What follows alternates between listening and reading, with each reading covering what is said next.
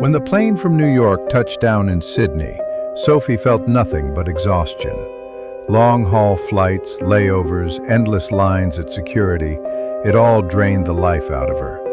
All she wanted now was to get to her hotel, take a shower, and collapse into bed. She'd booked a small-budget hotel in an older part of the city, a place she found through a travel blog that specialized in hidden, affordable gems.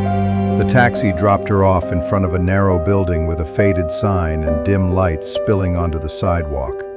Inside, behind the reception desk, sat a man in his 40s with tired eyes. He took her passport without a word, scribbled something in a ledger, then slid a worn brass key toward her. "6th floor, room 66, he said flatly. Sophie gave a half smile. 666, just like in horror movies. The man's lips twitched in something that could almost be called a smile, but his eyes didn't change. The elevator groaned as it carried her up. The hallway on the 6th floor was narrow, lined with old carpet that muffled her footsteps. There was no sound, no TVs, no voices, not even the hum of air conditioning. It felt empty. Her room door creaked when she unlocked it. Inside, the decor was dated. Yellowed wallpaper, a sagging bed, a single dim lamp. She dropped her bag on the bed, sat down for a moment, and let out a long breath. She was halfway through unpacking when a knock came at the door. It wasn't loud, just 3 slow, deliberate taps. Sophie opened the door and peered into the hallway. Empty. She stepped out, glancing in both directions, but saw no one. Shrugging it off, she closed the door. Minutes later, the knock came again, slightly louder this time. When she opened the door, a woman stood there. She was pale, shaking, her red bathrobe cinched tightly around her thin frame. Tears streaked her cheeks. "I'm so sorry," the woman whispered. "I locked myself out. Could you please get a spare key for me from reception? I can't go down there like this." Sophie hesitated.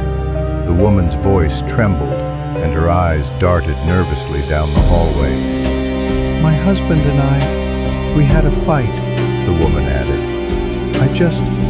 I can't face anyone right now. Please." Feeling a pang of sympathy, Sophie agreed. "Of course. What's your room number?" 68, the woman said quickly.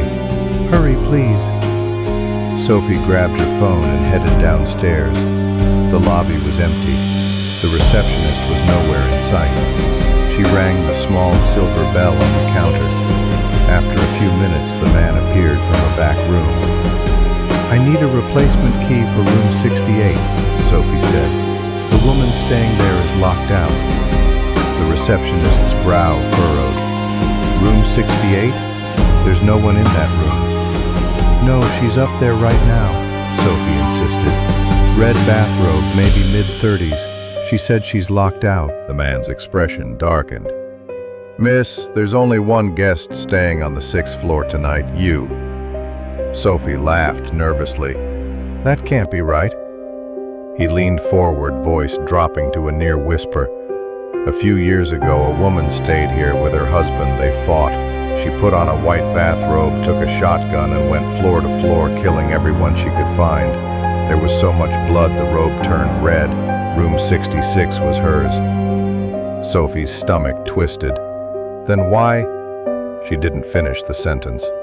The receptionist's face broke into a slow, eerie smile as he pointed to a deep red stain spreading across his own stomach.